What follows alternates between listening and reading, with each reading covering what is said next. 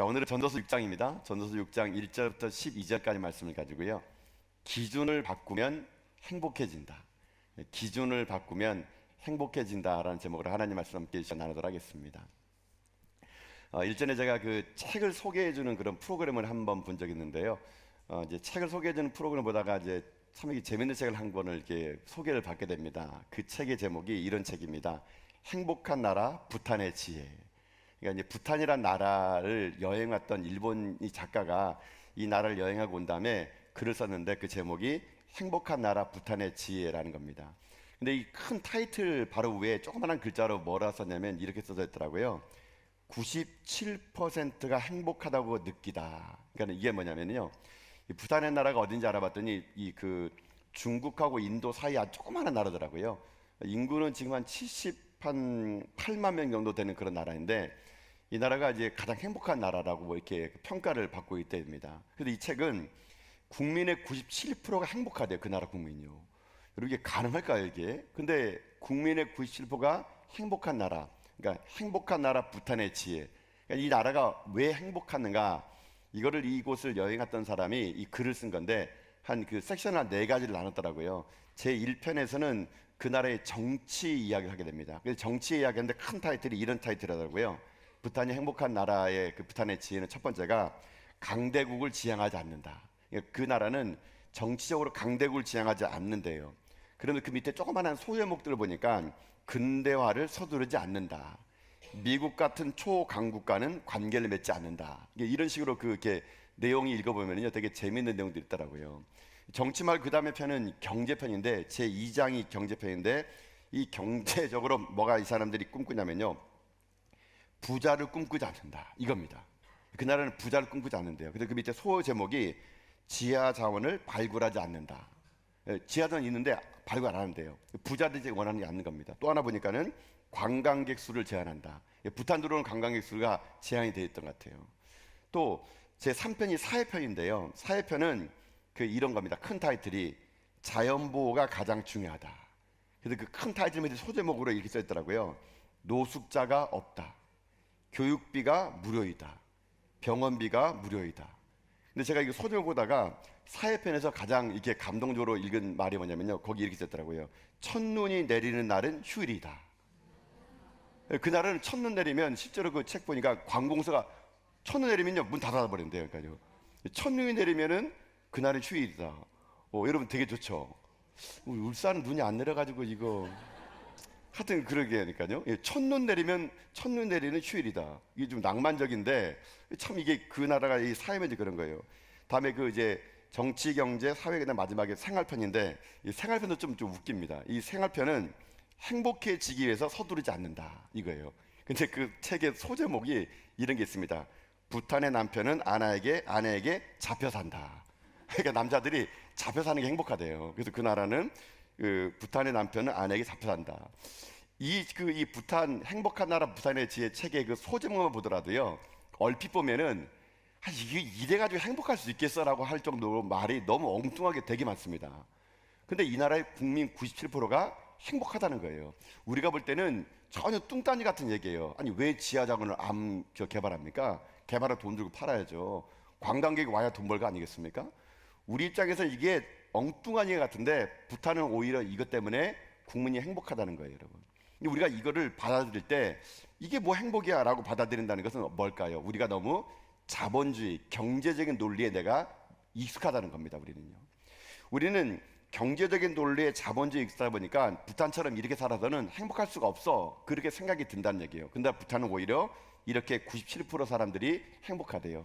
여러분, 그래서 최근에 이 부탄이라는 나라를 많은 여행객들이 여러분 이제 부탄이라는 나라 찾아갑니다. 뭐 유튜브도 보게 되면요, 유튜버들이 부탄이라는 나라 가서 그 나라의 그 이렇게 이야기들을 이 책 때문에 가가지고 그 자연관광과 그 나라의 행복한 것을 취재를 하더라고요. 근데 요즘은 부탄이라는 나라가 너무 관광객이 많이 와가지고 이 관광객 수를 더 줄여버렸다고 합니다. 그래서 하루에 들어갈 수 있는 관광객들이 많지가 않대요. 그 정도로 이 나라가 이렇게 그 많은 사람들이 각광받는 이유가 뭘까요? 그 사람들이 마음속에서 진짜 행복을 찾고 싶은 거예요. 행복을. 이 땅에 동서고금을 막론하고 행복하게 원하는지 아는 사람은 아마 아무도 없을 것입니다. 누구나 다 행복하고 싶어가지고 사람들은요, 물질을 벌고 출세를 하고 건강하게 오래 살면 행복할 줄 알고 그 행복을 계속 쫓아가 봤는데 행복하지 않았던 겁니다. 그러니까 이 부탄이라는 조그만 나라가 어떻게 이렇게 행복할 수 있을까? 그래서 이 부탄이라는 나라의 행복을 배우고 싶고 파랑새를 쫓고 싶어가지고 많은 사람들이 부탄이라는 나라에 들어가서 행복이 무엇인지를 발견하고 싶은 것은 아마 어찌 보게 되면 오늘 이 시대 우리들에게는 행복이 없기 때문에 그럴 수도 있을 수 있다라는 것이죠. 그러나 부탄에 있는 나라는요, 이 나라의 국민들은 다른 나라랑 다른 삶을 산 겁니다. 똑같게 경제적인 논리 산 게 아니라 다른 방식으로 살다 보니까 오히려 그 다른 방식이 이들에게 어떤 마음을 줬냐, 행복한 국민으로 그들을 만들어 줬다는 얘기예요. 제가 이 책 소개를 쭉 보고 그 목차를 보면서 느낀 게 뭐냐면요, 여러분, 예수 믿는다는 것도 그럴 거 아닐까요? 예수 믿는다는 것은요, 다르게 살아가는 겁니다. 세상 사람들이 다 가질 때 우리는 갖지 않고 세상 사람들 다 이 길을 말할 때 우리는 다른 길을 가는 거예요. 여러분, 진짜 신앙생활 제대로 하게 되면요, 행복은요 반드시 따라올 거라 저들이 믿습니다. 예수 믿는 것이 다르게 살아가는 거예요. 부탄이라는 나라가 다른 나라와 다르게 살아가기 행복했던 것처럼 진짜 예수 믿는 것은요, 우리의 모든 영역에서 일반인들과 다른 길을 걸어가는 겁니다. 그러면 진짜 행복이 찾아올 수 있다라는 것입니다. 오늘은 이 행복에 관한 이야기입니다. 전도서 6장에 보게 되면은 솔로몬도 행복이 뭔지를 얘기합니다. 근데 이 솔로몬은 오늘 행복을 얘기하면서 이런 얘기해요. 행복이 뭐냐를 먼저 말하기 전에 불행을 제거하면 그게 행복이다, 이렇게 말합니다. 인간에게 있어 불행한 게 있대요. 이거를 제거하면 행복이 할 수 있다. 이게 솔로몬이 자기의 노년의 모든 걸 다 누려본 다음에 그가 했던 말입니다. 그럼 뭘 제거해야 우리가 행복해질 수 있을까? 자, 솔로몬의 이 전도서 6장에서 이렇게 이야기합니다. 여러분, 1절 말씀이거든요. 자, 1절 말씀 읽겠습니다. 읽습니다. 내가 해 아래에서 한 가지 불행한 일이 있는 것을 보았나니 이는 사람의 마음을 무겁게 하는 것이라. 아멘. 자, 1절에서 솔로몬이 얘기하기를 뭐냐면요, 해 아래 불행한 일이 하나 있대요. 그게 뭐냐면 사람의 마음이 무거워지는 겁니다. 그러니까 뭔지 모르지만 이 사람의 마음이 무거워짐으로 인해 가지고 솔로몬이 볼 때는 해 아래 그게 참 불행한 일이다라는 겁니다. 이 사람의 마음을 무겁게 하는 것 때문에 행복하지 않는다는 얘기예요. 그러면 사람의 마음을 무겁게 하는 것이 뭘까요? 자, 2절 보면은 그 무겁게 하는 것이 이렇게 기록되어 있습니다. 2절 말씀 볼까요? 읽습니다.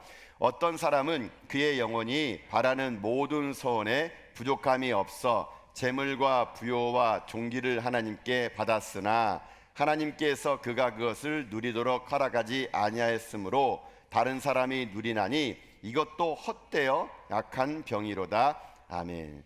자, 예를 들어줍니다. 뭐가 무거운 거냐면요, 어떤 사람이 재물과 부요와 존귀함이 많았대요. 근데 부자가 돼가지고 많은 사람들에게 존경받고 많은 재물을 누리고 살았는데, 근데 이 재물을 하나님이 그 사람이 쓰지 못하도록 허락하지 않았다는 것입니다. 그러니까는 아마 이 사람은 어떤 일인지 모르겠지만 많은 재물을 가지고 있었지만 하나님이 그 재물을 그 사람이 쓰지 못하도록 했다는 거예요. 이 이야기는 여러분 누가복음에 나와 있는 그 어리석은 부자 같은 이야기도 있었거든요. 예수님이 비유를 들었잖아요. 어리석은 부자 이야기.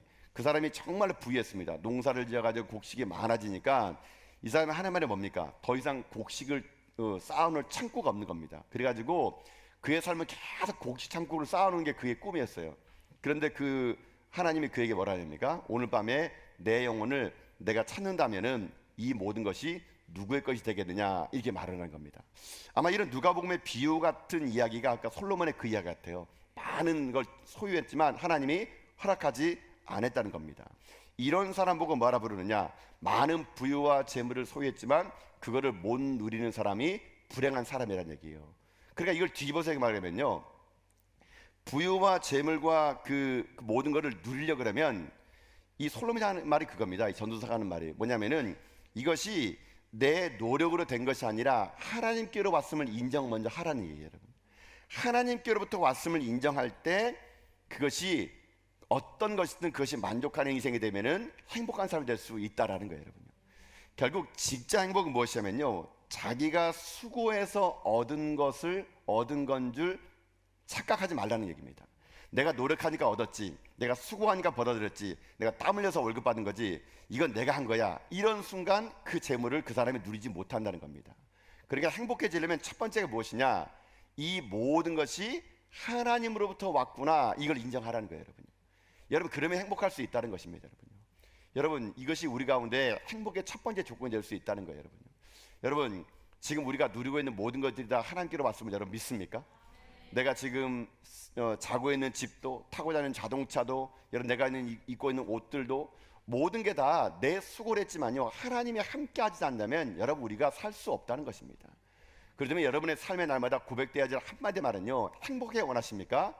그러면요, 고백하는 거 이겁니다. 하나님, 이게 다 하나님께 주심을 우리가 믿습니다. 내가 사나 죽으나 앉고 일어섬과 모든 것이 다 하늘로부터 내려왔음을 믿습니다. 이런 고백을 할 때 여러분 어떤 인생을 살지 않습니까? 내 가운데 진짜 행복한 인생을 살아갈 수 있다라는 거예요, 여러분요. 그러니 사랑하는 성도 여러분, 더 많은 걸 가지려 하지 마시고요, 내가 했다고 하지 마시고요, 하나님이 주신 것에 만족하십시오. 그리고 그것이 하늘로부터 내려왔음을 고백하고 내 평생 수고하며 살아가는 날들, 지금까지 내가 살 수 있는 모든 것들은 다 하늘로부터 내려왔다는 거 여러분 고백을 여러분 날마다 하시는 가운데 여러분이 정말로 이 땅 가운데 행복을 다 누리며 살아갈 수 있는 여러분 다 될 수 있기를 여러분 주님의 이름으로 축복합니다. 자, 이게 첫 번째 행복의 조건입니다. 하늘로부터 내려왔음을 인정하라는 거예요. 자, 솔로몬은 또 얘기합니다. 두 번째 우리가 행복하려면은 제거해야 될 게 하나가 있대요. 그게 뭐냐? 여러분 3절 말씀 보십시오. 3절 말씀. 자, 3절을 읽습니다. 사람이 비록 100명의 자녀를 낳고 또 장수하여 사는 날이 많을지라도 그의 영혼은 그러한 행복으로 만족하지 못하고 또 그가 안정되지 못하면 나는 이르기를 낙태된 자가 그보다는 낫다 하나니. 아멘. 자, 두 번째로 행복하려 그러면 뭘 먼저 제거해야 되느냐? 만족하지 못하는 마음을 제거하라는 얘기예요. 다시 말하면 두 번째 행복하려 그러면은 만족하는 겁니다. 만족하는 거.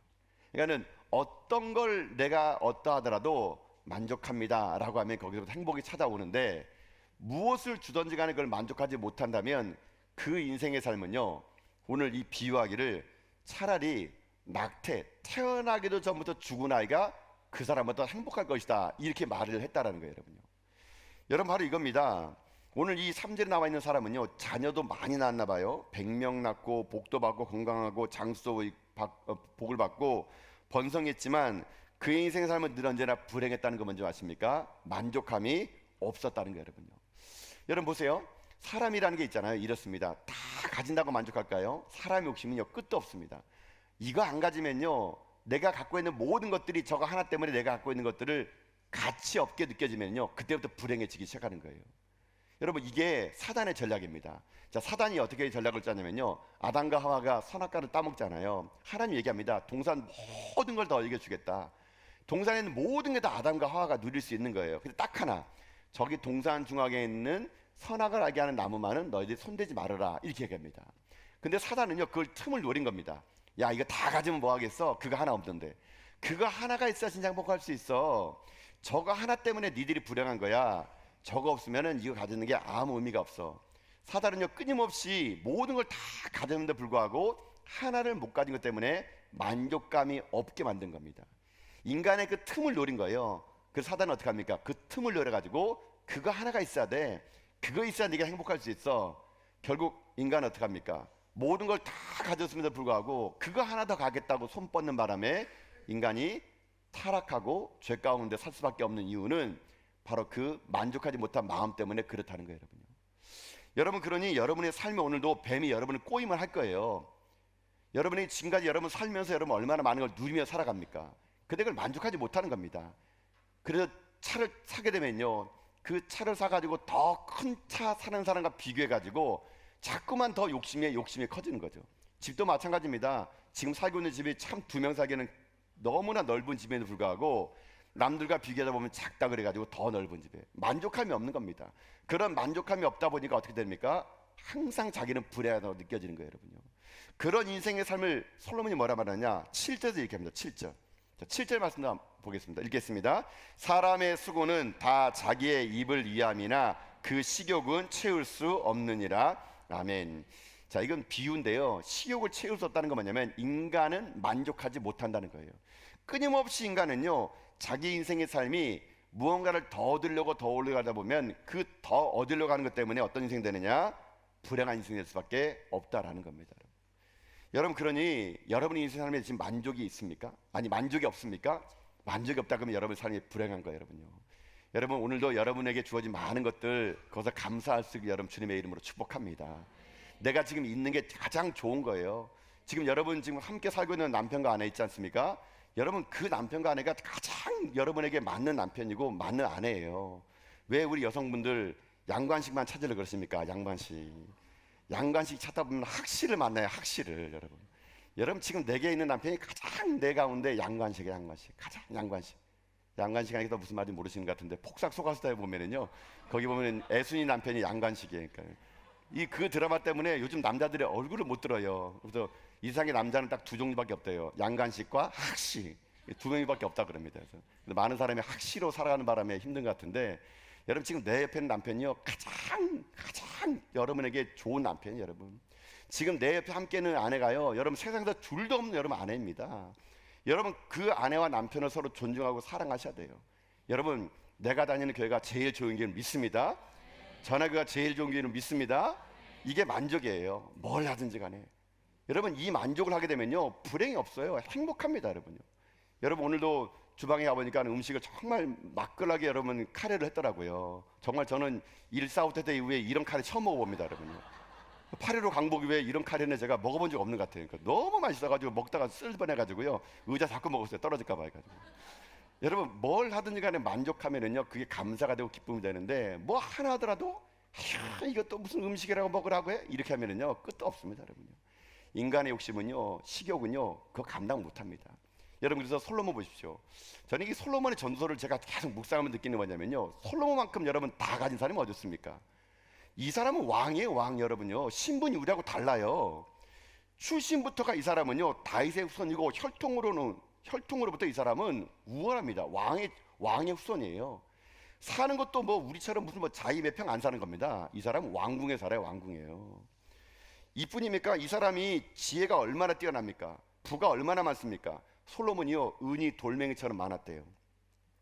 화려하게 만난 산의 진미는 날마다 먹고요 소를 몇 마리 잡고 수천 필의 말이 있고 아내도 1000명 여러분 1000명 이름을 못 내가지고 분명히 저는 번호로 부를 것 같아요. 285번 이렇게 나왔을 것 같으니까.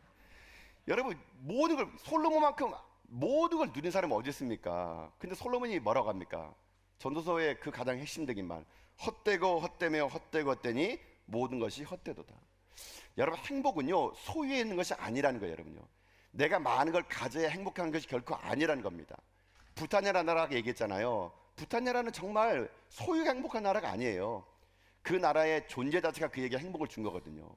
여러분 예수님도 이 땅에 오셔가지고요 제일 처음에 하신 말씀 뭡니까? 산상수훈 하시잖아요. 복에 관한 얘기하잖아요. 예수님의 복의 얘기 어떻게 했습니까? 38평에 사는 자는 복에 있나니 58평 갈지어다 이렇게 했습니까? 안 했잖아요. 예수님이 복의 기준을 새롭게 한 거예요. 10년에 가난 자가 복이 있다. 애통하는 자가 복이 있다. 온유한 자가 복이 있다. 주님은요 소유를 복을 하지 않습니다. 즉 to have 내가 많이 가져 소유가 행복한 게 아니라 예수님의 산상수훈의 그 주제는 뭔지 아십니까? to be 존재의 변화였죠. 존재. to be to have가 아니라 많이 갖는 게 아니라 to be 내가 어떠한 사람으로 바뀌는 거예요. 바뀌면 그것이 곧 행복한 인생 될 수 있다라는 겁니다. 여러분. 결국 우리 그리스도인들은요 소유로 행복한 사람이 아닙니다. 내 안에 예수 그리스도로 인해서 내가 바뀌면 그 주님이 주신 행복으로 말미암아 행복한 사람이 우리 그리스도인을 믿습니다. 그래서 여러분들이 무엇 가지고 못 가진 것 때문에 행복 기준 삼지 마시고요 내 안에 예수님이 있나 없나 이게 중요합니다. 내 안에 예수님으로 있는 사람은 내 자신이 예수님을 인해 가지고 존재가 바뀌잖아요. 존재가 바뀌면요 오늘 솔로몬이 말했던 것처럼 만족하는 인생이 되고 또 솔로몬이 오늘 얘기했던 것처럼 내 삶에 있어서 모든 것이 사람들이 다 기준이 이것이 기준이라 말할 때 그와 반대 인생 살아도 행복한 인생 살 수 있는 것은 무엇이냐? 자기 안에 예수님이 있기 때문에 그런 겁니다. 그래서 사랑하는 성도 여러분 여러분의 삶에 저는 새로운 복의 기준이 서간할 수 있기를 주님의 이름으로 축복합니다. 많이 갖는 것이 중요한 게 아니고요 내가 바뀌는 거예요. 말씀으로 성령으로 내가 바뀌면 되는 겁니다. 그래서 여러분 그래서 시편 73편에 시편 기자가요 그 마지막 절에 37편 28절 보면은요 복을 이렇게 합니다. 자 읽어봅시다. 읽겠습니다. 하나님께 가까이함이 내게 복이라 내가 주 여호와를 나의 피난처로 삼아 주의 모든 행적을 전파하리이다. 아멘. 여러분 이 30편 앞에 뭐라 합니까? 하나님께 어떻게 한다고요? 가까이함이 복이리라. 여러분 이게 무슨 말이냐면요, 복은요 하나님과의 거리예요. 거리. 하나님과 내가 얼마나 가까이 있냐가 그게 복인 거예요. 여러분요. 여러분 예를 들면 이렇게 보세요. 만약 자동차를 하나 샀어요. 자동차 샀는데 너무 멋진 자동차 샀습니다.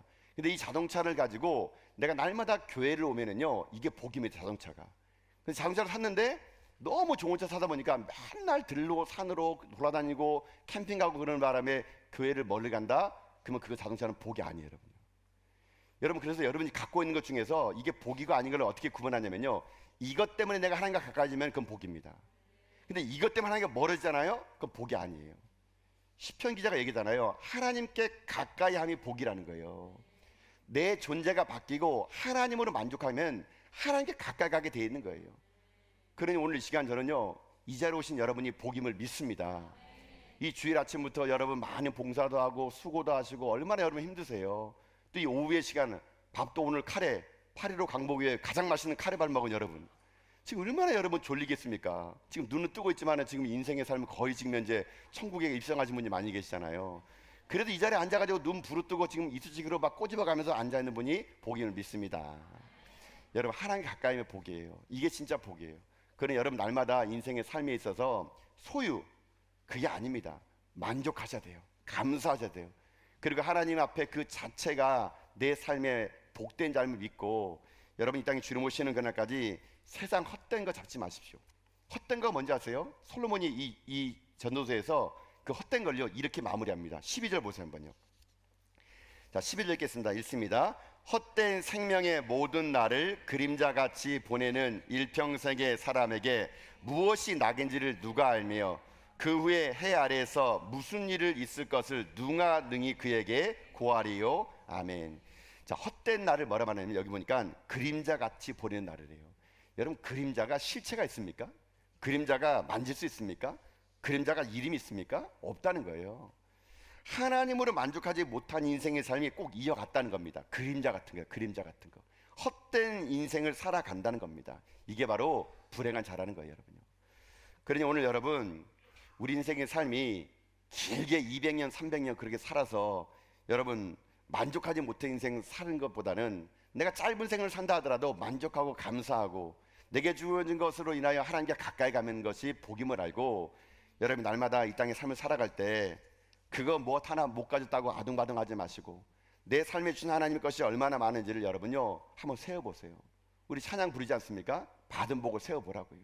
얼마나 많은 복을 받았는데 우리가 그거 하나 더 못 가졌다고 불행하는 인생처럼 그림자 같은 인생은 없습니다. 그러니 오늘 솔로몬이 이 전도서 6장에서 얘기했던 것처럼 부디 우리들의 인생의 삶이 그림자 같은 인생이 아니라 하나님에게 인정되고 하나님이 주신 것으로 만족하는 가운데 여러분의 삶이 정말 남들과 다른 인생 살아가서 행복이 무엇인지를 삶으로 보여주는 여러분 다 될 수 있기를 여러분 주님의 이름으로 축복합니다.